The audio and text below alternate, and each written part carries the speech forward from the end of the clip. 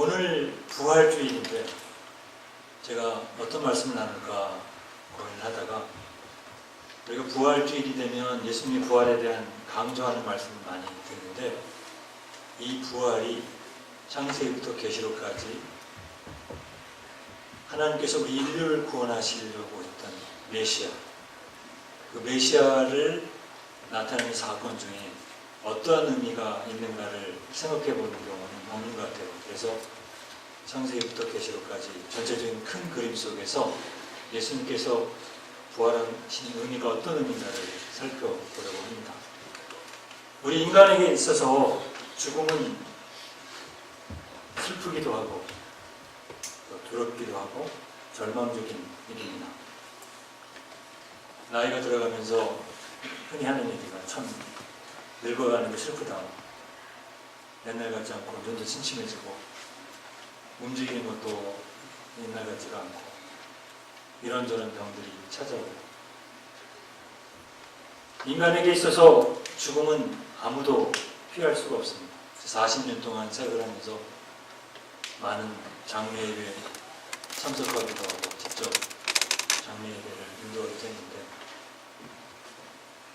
거의 100세 가까이 사신 분들도 있지만 3개월 된 아기 장례를 한 적도 있습니다.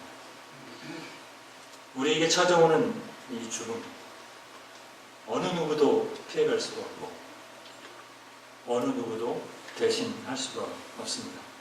부자나 가난한 사람이나 권세자나 힘이 없는 사람이나 많이 배운 사람이나 무식한 사람이나 또 어떤 인종이든지 이 땅에 태어난 모든 인간에게 있어서 죽음은 피해갈 수가 없습니다. 우리 인간에게 죽음이라는 것이 찾아온 것은 하나님의 심판 때문입니다. 아담과 하와가 범죄한 이후 이 세상에 죄가 들어왔고 그 죄로 말미암아 우리에게 사망과 영원한 형벌이 따라오게 되었습니다. 로마서 3장 10절에서 12절에 보면은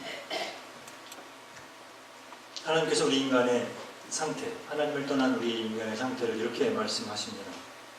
기록된 바 의인은 없나니 하나도 없으며 깨닫는 자도 없고 하나님을 찾는 자도 없고 다 치우쳐 함께 무익하게 되고 선을 행하는 자는 없나니 하나도 없다. 아담 이후에 우리 인간의 모습은 하나님을 위해서 무엇인가 할 수 있는 선한 일을 할 수 있는 능력을 상실한 죄인으로 살아갈 수밖에 없는 존재가 되었습니다. 여기서 얘기하는 이 죽음, 죄의 삭은 사망이라고 그랬잖아요. 로마서 6장 13절에. 거기에 사망이라는 이 의미는 우리 육신적인 죽음만을 얘기한 것이 아닙니다. 우리의 영혼의 죽음, 하나님과의 단절된 그런 관계를 얘기하는 것입니다.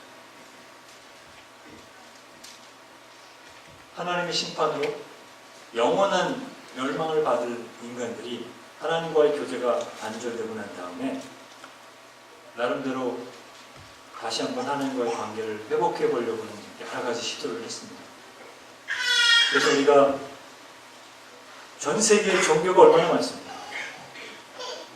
그 종교의 근원을 따져보면 하나님과 단절된 인간이 다시 하나님과 연결되기 위해서 이것저것 시도한 모습이 바로 오늘날 우리가 보는 종교들입니다.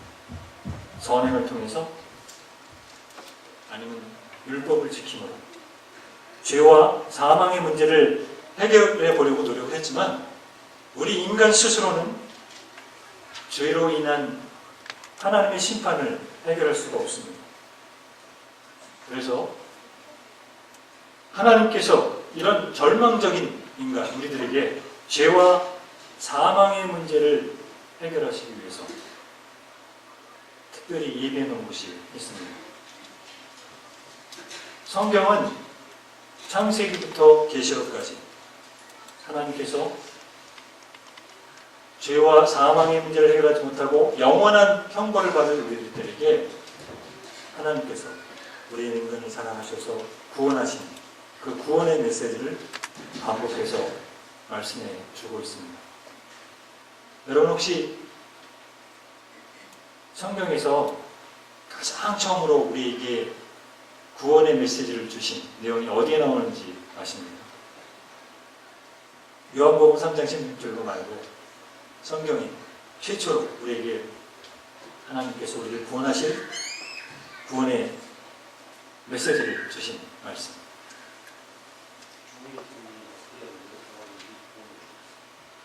예.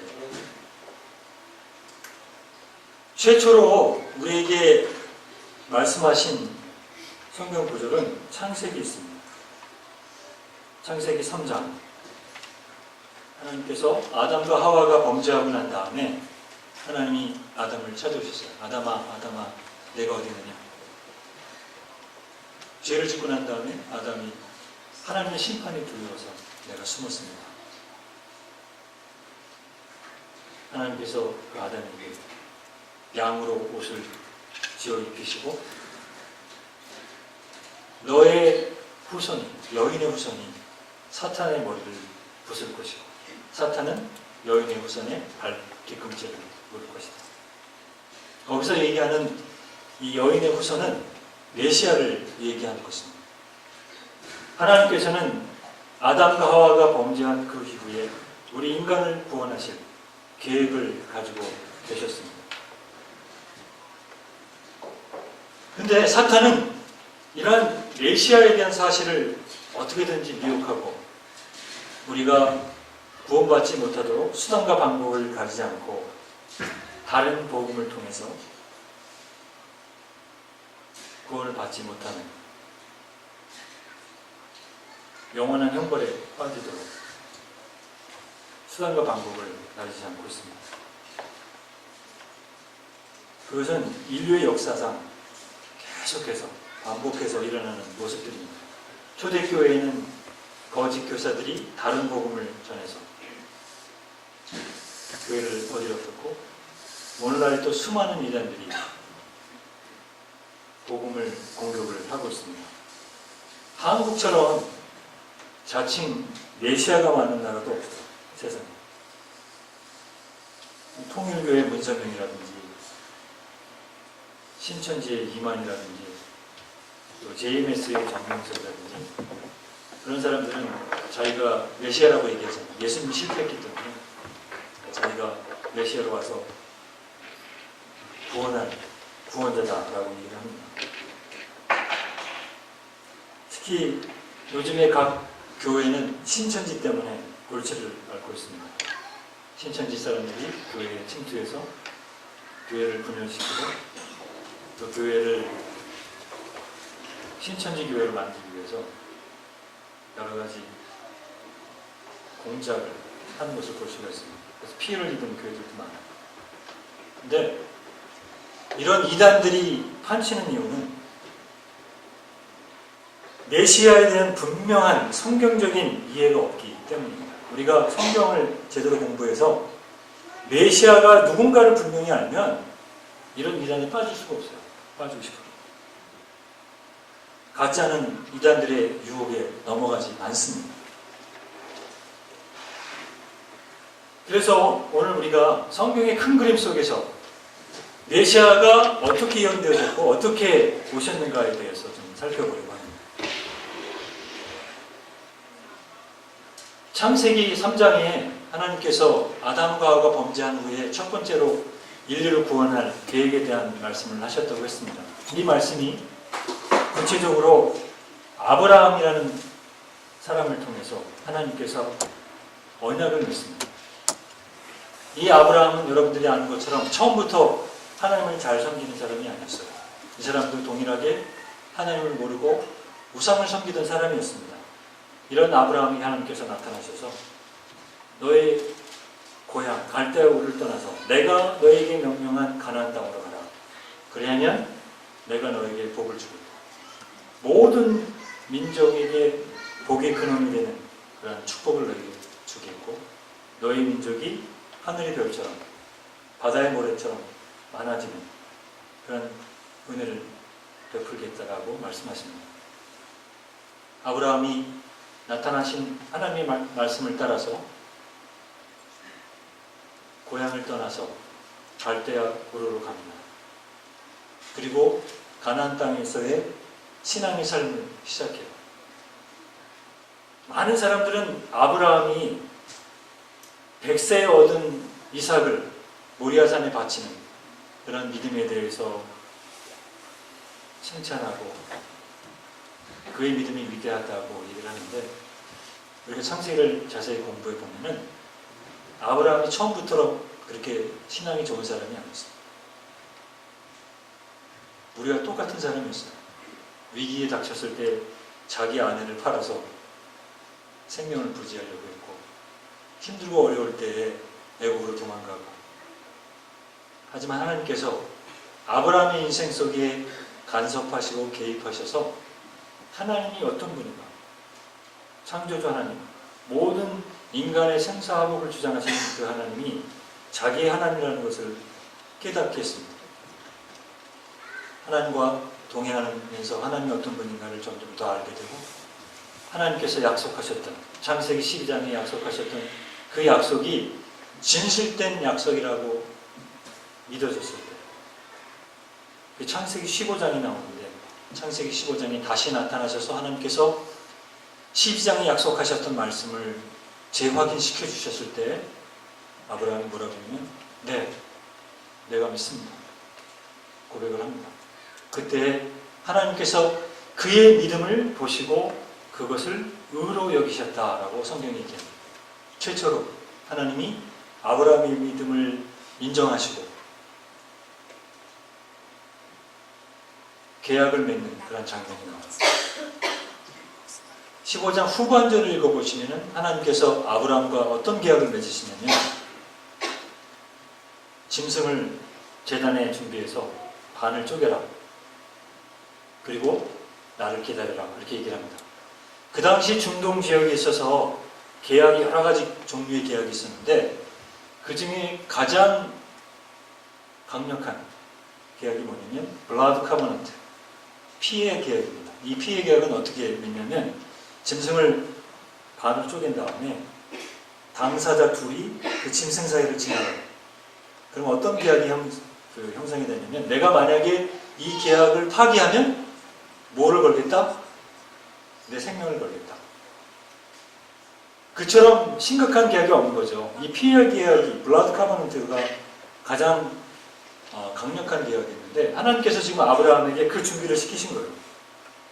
만약에 창세기 15장 여러분들이 시간 나실 때 쭉 읽어보시면, 하나님과 아브라함이 나란히 그 짐승 사이를 지나갔으면 아브라함과 하나님과 맺은 계약은 조건부 계약이 됩니다. 아브라함이 계약을 다 지키면 하나님이 약속하신 것을 지킬 의무가 있고, 아브라함이 깽판을 쳐서 계약을 지키지 않으면 하나님이 그 계약을 지켜야 될 의무가 없는 거예요.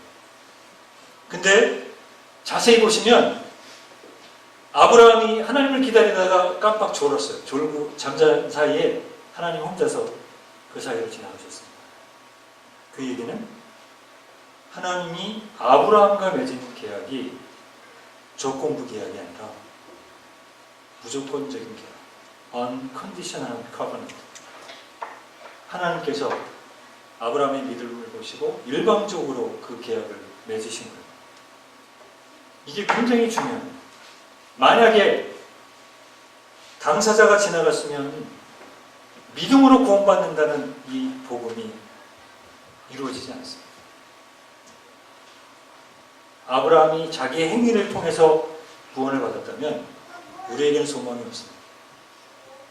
근데 하나님께서 아브라함과 계약을 맺을 때 하나님이 아브라함의 믿음을 보시고, 행위를 보신 게 아니라 믿음을 보시고 장차 인류를 구원한 메시아에 대한 그런 메시지를 우리에게 주신 거죠. 이 아브라함의 언약은 창세기 22장 아브라함이 이삭을 바치는 모리아 산상에서 최종적으로 완성이 되는데, 아브라함이 이제 이삭을 죽이려고 칼을 들어서 죽이려고 하는 차에 하나님 뭐라 하십니까? 아브라함아, 아브라함아, 말이시잖아요. 내가 너의 믿음이 확실한 걸 알겠다.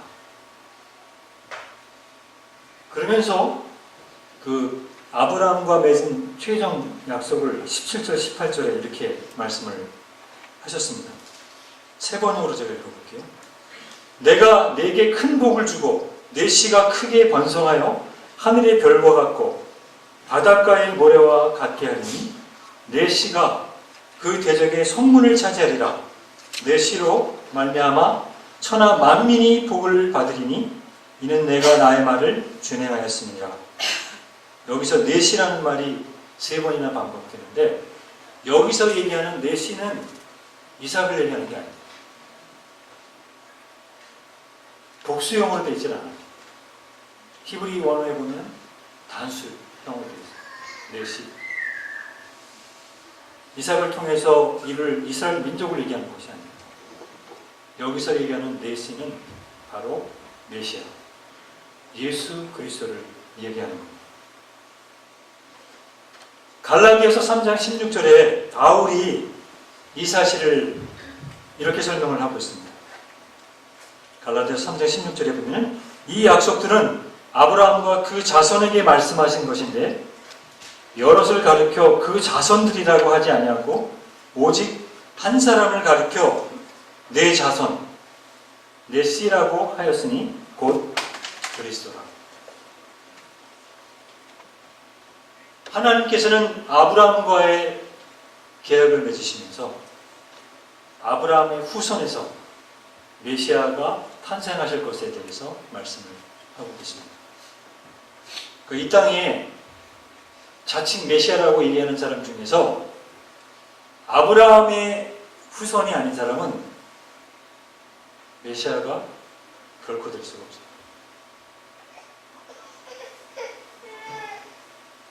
또 야곱이 12아들을 축복하면서 셋째 아들이었던 유다에게 한 그 예언의 말씀이 창세기 49장 10절에 기록이 되어 있습니다. 거기 보면 이렇게 설명이 되어 있어요. 임금의 지휘봉이 유다를 떠나지 않고 통치자의 지휘봉이 자손 만대까지 이를 것이다.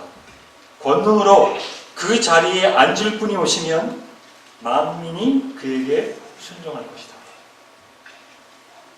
이 얘기는 유다의 족속 중에 만왕의 왕, 모든 민족을 통치하실 메시아가 탄생될 것에 대한 예언의 말씀입니다. 그러면 성경은 뭐라고 얘기하는 겁니까? 아브라함의 자손이고 그리고 유다 족속 중에 메시아가 탄생한다고 말씀을 하십니다.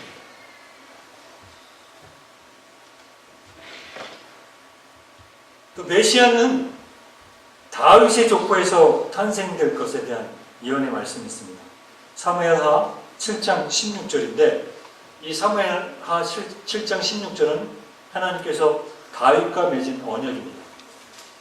다윗을 이스라엘 왕으로 세우시면서 하나님께서 어떤 계약을 맺으셨냐면 다윗의 자손 중에 만왕의 왕 메시아가 탄생될 것에 대한 그런 예언의 말씀을 하셨습니다. 특별히 16절에 보면 내 집과 내 나라가 내 앞에서 영원히 이어갈 것이며 내 왕위가 영원히 튼튼하게 서 있을 것이다.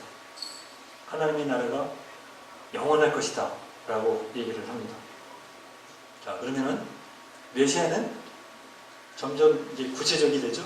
아브라함의 자손이 되고 유다 족속에 태어나야 되고 또 누구의 후손이 됩니까? 다윗 왕의 후손으로 태어나야 합니다.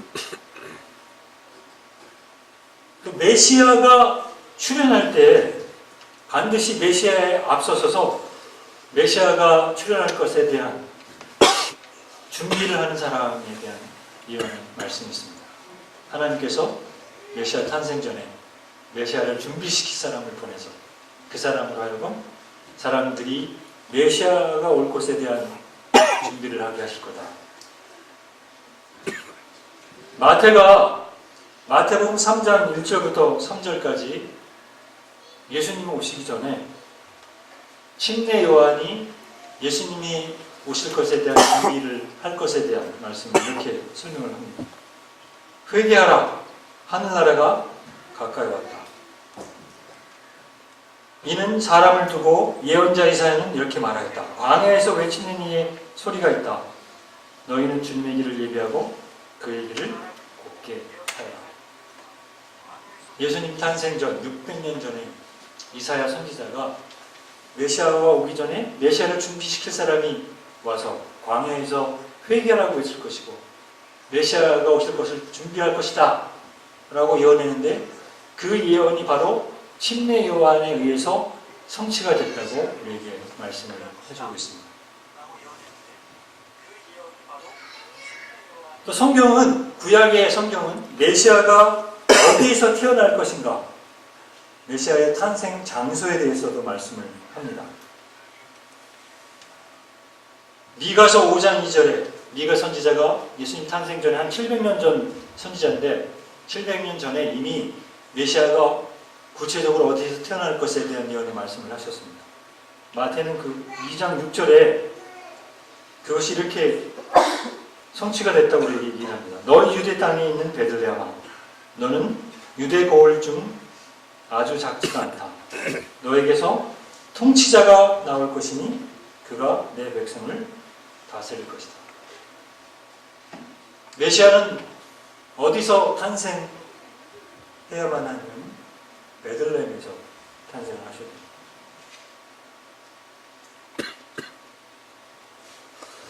상당히 구체적으로 말씀을 하고 계시죠. 또 메시아가 어떻게 태어날 것에 대한 예언의 말씀도 있습니다. 이사야 7장 14절에 보아라, 동정녀가 잉태하여 아들을 낳을 것이니 그 이름을 임마누엘이라 할 것이다. 이사야가 메시아의 탄생이 처녀의 몸에서 초자연적인 역사를 통해서 태어날 것에 대한 말씀을 하셨는데 마태복음 1장 23절에 보면 마태가 그것이 예수님에 의해서 성취가 됐다고 말씀을 하십니다. 지난주가 종려주일이었잖아요. 예수님께서 종려주일에 예루살렘에 입성하는 것도 이게 일회성 이벤트가 아닙니다. 예수님이 예루살렘에 입성하신 것은 이미 구약에 예언된 것입니다. 그 구원에 대한 예언이 성취가 됩니다. 스가랴 9장 9절에서 10절 말씀 보면 거기에 스가랴 선지자가 메시아의 탄생에 대해서 이렇게 예언을 합니다. 도성 시온아, 여기서 시온은 예루살렘을 가르칩니다. 크게 기뻐하라. 도성 예루살렘아, 환성을 올려라. 내 왕이 내게로 오신다. 그는 공의로운 왕, 구원을 베푸시는 왕이시다. 그는 온순하셔서 나귀, 곧 나귀 새끼인 어린 나귀를 타고 오신다. 내가 에브라임에서 병거를 없애고 예루살렘에서 군마를 없애며 전쟁할 때 쓰는 활도 꺾으려 한다. 그 왕은 이방 민족들에게 평화를 선포할 것이요 그의 다스림이 이 바다에서 저 바다까지 땅끝까지 이를 것이다. 스가랴 선지자는 메시아가 평화의 왕으로 이 땅에 오실 것이고 그리고 그 왕의 모습으로 예루살렘에 입성하실 것에 대한 예언의 말씀을 해주고 계십니다. 근데 왜 말을 안 타고 나귀 새끼를 탔을까? 여러분 성경 읽으면서 궁금하지 않았어요? 그 당시에 왕이나 전쟁에 나가서 승리한 장군들이 돌아올 때는 화려한 말을 타고 입성을 했습니다. 멋있잖아요. 폼도 나고. 근데 나귀 새끼를 탄 것은 상징적인 의미가 있습니다. 이 땅에 있는 모든 전쟁, 다투고 분열하고 이런 모든 것이 다 평정이 돼서 온 나라가 평화 가운데 한 임금을 섬기는 완벽한 그런 나라를 상징합니다. 예수님께서 평화의 왕으로 이 땅에 오셨다. 그것이 이 예루살렘 입성으로 성취가 된 것입니다. 또 성경은 메시아가 예수님 당시에 사람들은 메시아를 어떻게 기대했냐면 왕의 왕, 로마를 정복하고 이스라엘을 다윗이나 솔로몬 시대처럼 강력한 나라로 만들어줄 것에 대한 기대가 컸습니다. 너무너무 사는 게 힘들었기 때문에. 근데 그 당시에 사람들이 그렇게 잘못 이해한 거는 전적으로 누구에게 책임이 있냐면 그 당시에 말씀을 가르쳤던 율법학자들의 책임이 큽니다. 그들은 성경을 전체적으로 이스라엘 백성들에게 가르치지 않고 자기들의 입맛에 따라서 자기들이 원하는 것만 가르쳤어요. 근데 성경은 메시아가 오실 때 왕의 왕으로 오시지만 특별히 초림하는 예수님은 고난받는 어린 양의 모습으로 우리의 죄를 대속하셔서 우리 죄를 구원하실 그러한 고난받는 메시아 모습으로 오실 것을 예언하셨습니다. 이사야 53장 3절에서 7절 말씀을 보시면 거기에 고난받는 메시아의 모습이 그려져 있습니다. 그는 사람들에게서 멸시를 받고 버림을 받고 고통을 많이 겪었다. 사람들이 그에게서 얼굴을 돌렸고 그가 멸시를 받으니 우리도 덩달아 그를 귀하게 여기지 않는다. 그는 실로 우리가 받아야 할 고통을 대신 받고 우리가 겪어야 할 슬픔을 대신 겪었다. 그러나 우리는 그가 징벌을 받아서 하나님에게 맞으며 고난을 받는다고 생각하였다.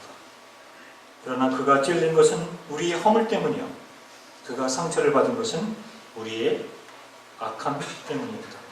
그가 징계를 받음으로 우리가 평화를 누리고 그가 매를 맞음으로 우리 병이 나았다.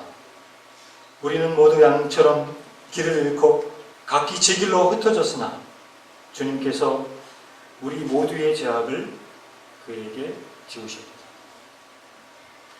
메시아는 우리가 스스로 해결할 수 없는 죄와 사망의 문제를 해결하기 위해서 우리의 모든 죄를 지고 가는 고난받는 어린 양의 모습으로 오실 것에 대한 예언의 말씀을 하셨습니다. 그래서 예수님께서 십자가를 지셔야만 했던 것입니다. 가끔 여러분들이 그런 생각을 할 거예요. 왜 예수님께서 우리의 죄를 위해서 돌아가실 때, 구속을 하실 때 꼭 피를 흘리셔야 했을까? 왜 십자가에서 처절하게 죽으셔야 했을까? 고상한 방법으로 할 수 있는 방법이 많았을까? 그런 생각을 하셨어요? 몰라요. 저는 그런 생각을 했었거든요. 근데 레위기 17장 11절에 보면은 생물의 생명이 피에 있기 때문에 피가 우리의 죄를 사할 수 있다라고 얘기를 합니다. 다른 말로 하면 하나님께서 우리의 죄의 대가를 요구하시는 것이 이 피, 생명입니다. 그래서 구약에는 하나님께서 우리가 죄 질 때마다 우리 생명을 내놓으면 우리 생명이 몇천 개가 있어도 감당이 되겠습니다. 그 구약시대 때는 템포럴로 하나님께서 짐승의 피로 우리의 죄를 거기에 전가시켜서 하나님 앞에 제사를 드림으로 우리의 죄를 용서받는 그런 일을 허락하셨습니다. 여러분들이 구약의 레위를 보면 거기에 제사에 대한 얘기가 많이 나오잖아요. 짐승을 죽이고 막 이런 얘기가 나오는데 그게 다 사실은 우리의 죄를 대신해서 우리를 구원하시기 위한 하나님의 은혜요, 하나님의 사랑의 그 표시였던 것입니다. 메시아 올 때까지 구약에서는 잠정적으로 하나님께서 우리의 죄의 문제를 그렇게 해결해 주셨던 겁니다. 근데 메시아가 오시면 구약에 드렸던 이 불완전한 피의 제사는 다 없어지고 완성이 되는 겁니다. 히브리서 9장 12절에서 14절에 보면은 예수님께서 십자가에서 피 흘리신 그 사건을 이렇게 설명을 합니다. 단 한 번에 지성소에 들어가셨습니다. 그는 염소나 송아지의 피로 하신 것이 아니라 자신의 피로써 우리에게 영원한 구원을 이루셨습니다. 염소나 황소의 피나 암송아지의 죄를 더러워진 사람들에게 뿌려도 그 육체가 깨끗하여져서 그들이 거룩하게 되거늘 하물며 영원한 생명을 힘입어 자기 몸을 흠없는 제물로 삼아 하나님께 바치신 그리스도의 피야말로 더욱더 우리들의 양심을 깨끗하게 하여 우리로 하여금 죽은 행실에서 떠나 살아계신 하나님을 섬기게 하지 않겠습니까? 히브리서 10장 12절에도 그리스도께서는 죄를 사하시려고 단 한 번의 영원한 제사를 드리신 후에 하나님의 오른편에 앉으셨다라고 얘기합니다. 예수님께서 십자가에서 당신의 피를 흘리셨을 때 그 피가 단 한 번의 속죄로 우리에게 영원한 생명을 주시는 구속 사역의 완성이 되었던 것입니다. 메시아는 이러한 증거들이 있을 때 메시아라고 얘기할 수가 있습니다. 성경에서 말씀하시는 이런 증거가 없는 사람들은 메시아라고 얘기할 수 없는 거예요. 다 가짜인 거죠. 우리를 속여서 영원한 지옥에 빠지게 하는 사탄의 속임수에 빠져서 자기가 지옥을 향해서 가는지도 모르고 헛된 열심을 품는 사람들이 우리 주변에 얼마나 많습니다. 우리가 성경을 분명히 알면 알수록 메시아에 대해서 분명히 알면 알수록 우리가 받은 그 구원이 얼마나 귀하고 소중한 것을 깨닫게 됩니다. 이 메시아의 구속 사역은 크라이맥스가 십자가에 있는 게 아닙니다.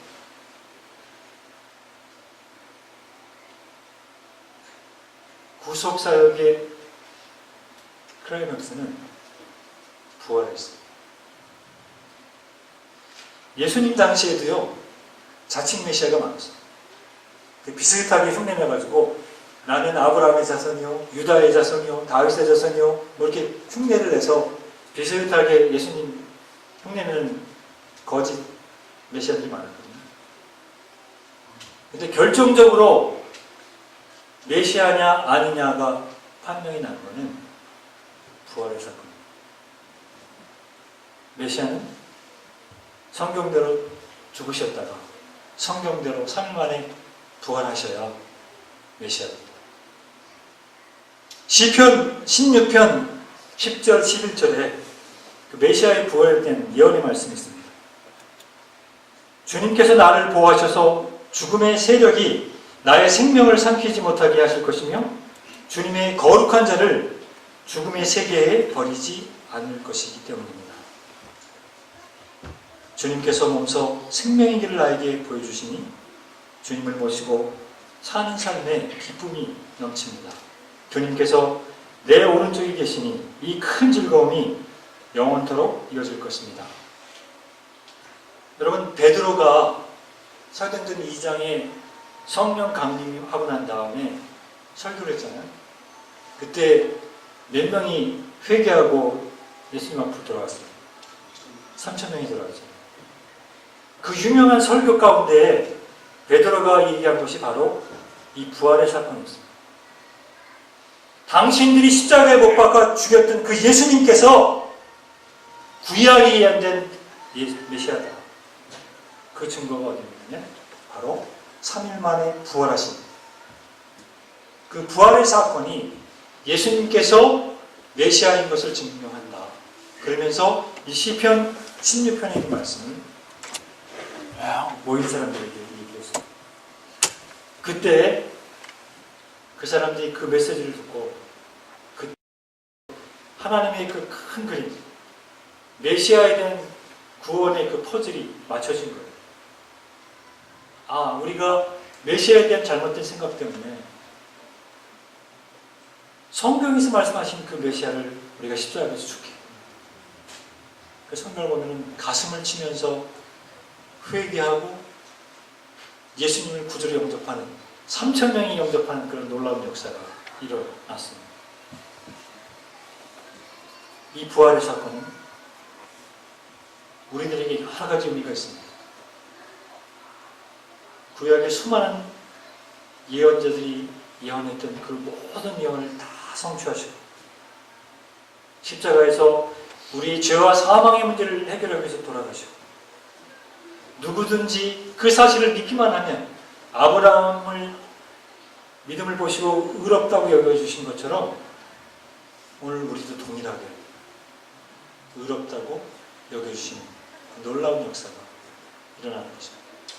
이 부활의 사건은요, 어떤 사람은 부활의 사건에 대해서 가짜다, 예수님의 제자들이 쇼한 거다, 뭐 이런 얘기 많이 하는데 실질적으로 부활을 연구하다가 예수 믿은 사람들이 참 많습니다. 영국에 아주 유명한 그 글 쓰는 작가가 있었습니다. 그 사람이 내가 이 부활 사건이 얼마나 허구성이 많은가를 내가 한번 증명해 보이겠다. 그리고서는 성경을 연구하기 시작했어요.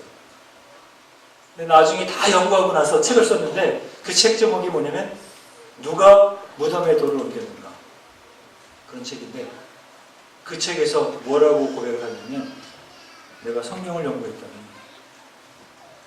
구약에 예언되었던 그 메시아 예수님께서 3일 만에 부활하신 것이 사실이고 성경에서 말씀하셨던 그 구원의 메시지가 사실이었던 것을 고백한 것을 볼 수가 있습니다. 여러분, 이 젊은 사람들은 잘 모르겠는데 좀 나이 같은 사람은 배너라는 영화 다 아실 겁니다. 굉장히 유명한 영화입니다. 그 배너의 영화 감독도 예수 믿는 사람이 아니었습니다. 근데 배너를 찍기 위해서 시나리오를 연구하고 그 과정 속에서 예수님을 만났어요. 이 성경 안에도 수많은 부활의 증인의 증거들이 나옵니다. 마태복음 28장에 보면은 막달라 마리아와 다른 여자들이 다른 12제들보다 먼저 예수님을 만나는 사건을 기록하고 있고, 또 예수님께서 누가복음 24장에 보면은 베드로에게 나타나시는 장면도 나오고, 예수님이 십자가에 돌아가시고 난 다음에 제자들 중에 이제 낙심해가지고 엠마오로 돌아가는 그 제자들에게 나타나셔서 예수님께서 같이 걸으시면서 말씀을 쫙 풀어서 설명을 했어요.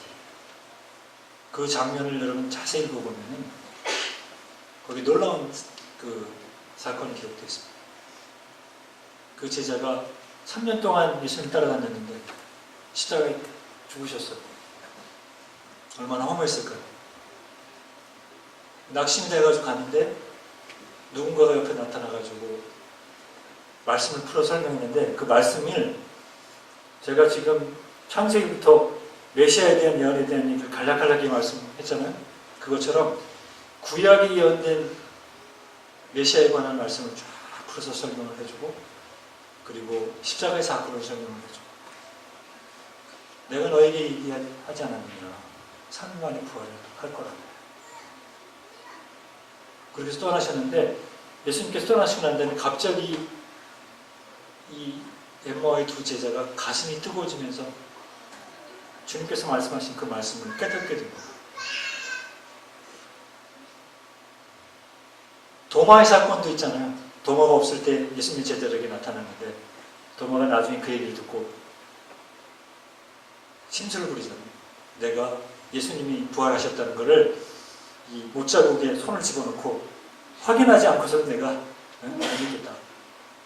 그게 12제자 중에 한 사람으로 할 일입니까? 근데 그랬어요. 그래서 며칠 후에 다시 예수님께서 나타나시지 않습니까? 그리고 도마를 부르고 야, 네가 원하는 대로 만져라. 그때 도마의 심정이 어땠을까? 얼마나 죄송했을까? 생각해봅니다. 또 갈릴리 바다에서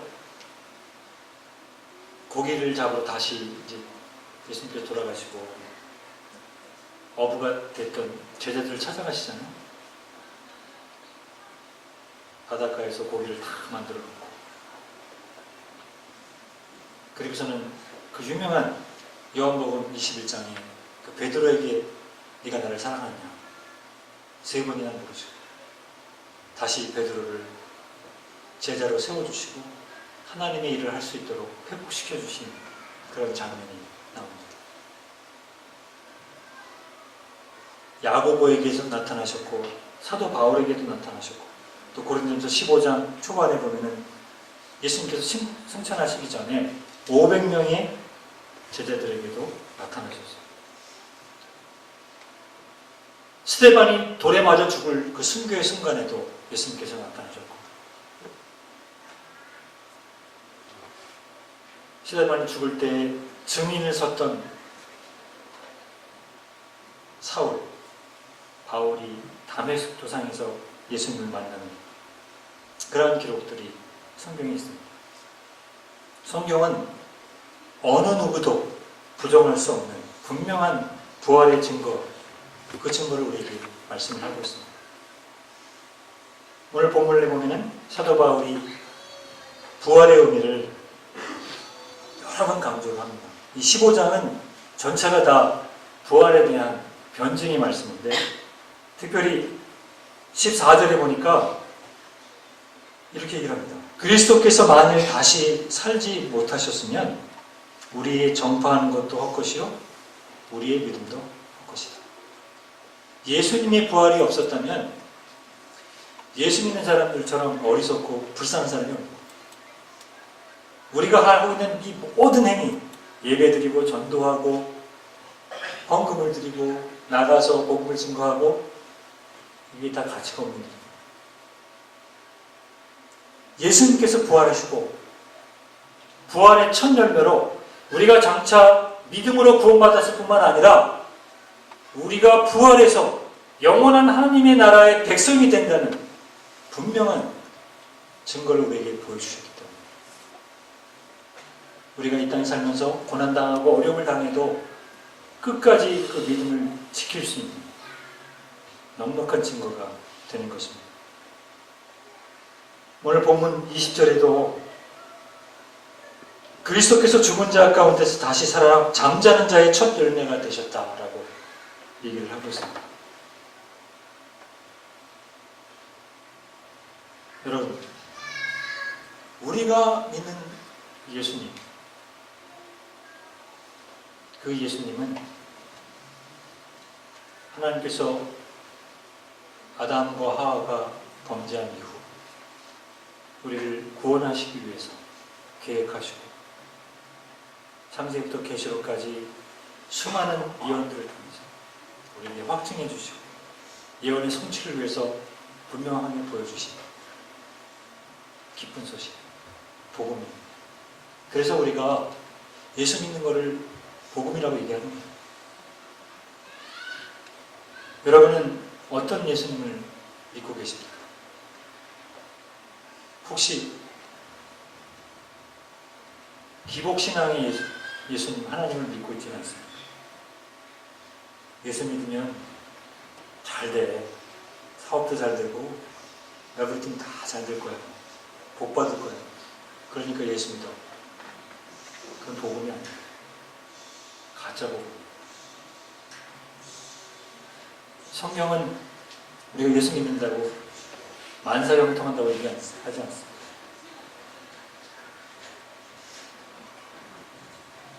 때로는 우리에게 은혜와 복을 허락하시지만 주님의 복음을 위해서, 주님을 위해서 고난받는 것도 얘기하고 계시거든요.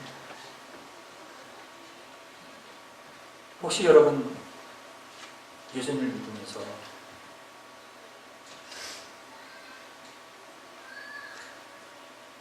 나의 유익과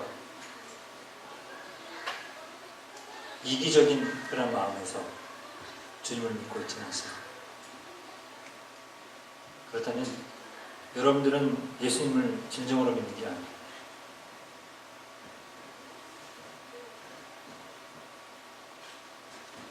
혹시 여러분은 예수님을 믿는다고 지식적으로 예수님이 그렇게 하셨어? 그렇구나. 이 정도로 그냥 아는 데서 끝나고 있다면 여러분 진정한 크리스천이에요.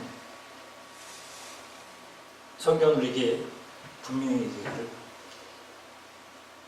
믿음으로 하나님께서 우리에게 주신 이 구원의 역사를 내 마음 가운데 믿을 때 반드시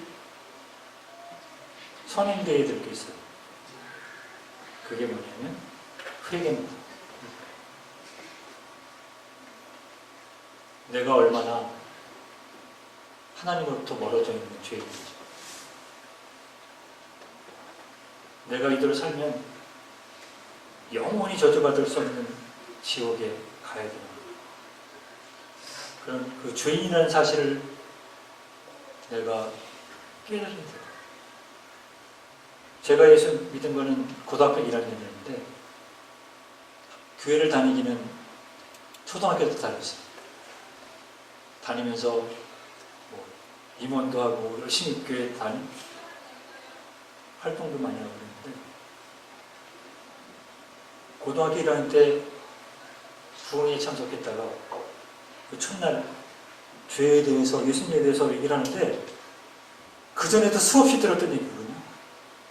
성경 암성대 하면 1등하고 그러니까 많이 알았던 내용인데 그 밤에 제가 죄인이라는 사실이 막 깨달아지면서 얼마나 그런지 몰라요.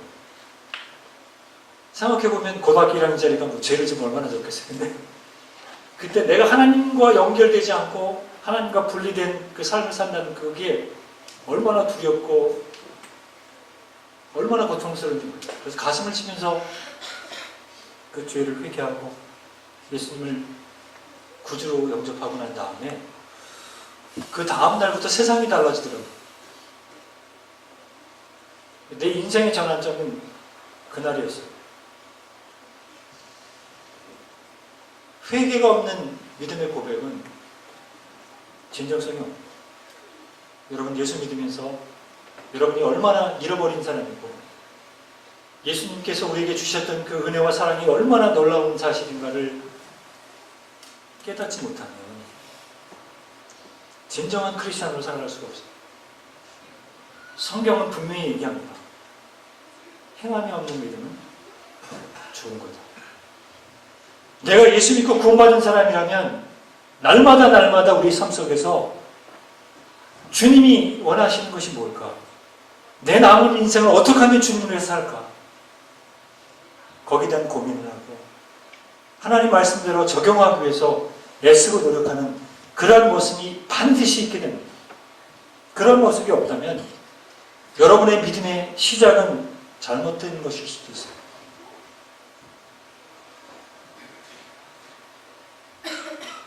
오늘 우리가 부활주일을 맞이하면서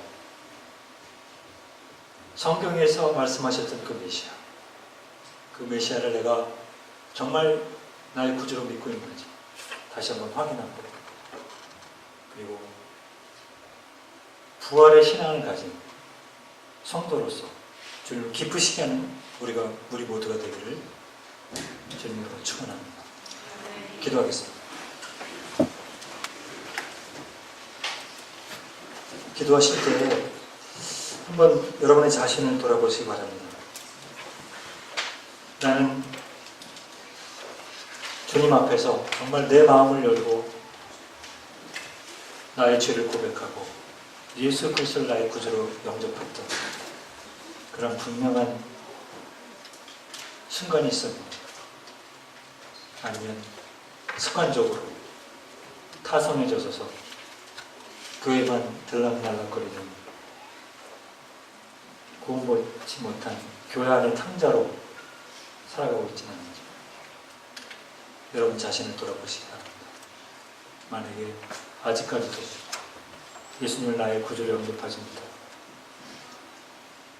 잃어버린 자로 살고 있다면 이 시간에 여러분의 마음을 열고, 그렇습니다 주님, 내 죄로 인해서 영원히 멸망받을 수밖에 없는데 하나님께서 우리를 위해서 메시아를 보내주시고 그 메시아 예수 그리스도를 통해서 믿음으로 구원받게 해주신 그 주님, 그 주님을 내가 영접합니다. 이 시간 예수님을 구주로 영접하신 그런 시간이 됐으면 좋겠고, 예수님을 구주로 영접한 사람들은 이런 기도를 했으면 좋겠습니다.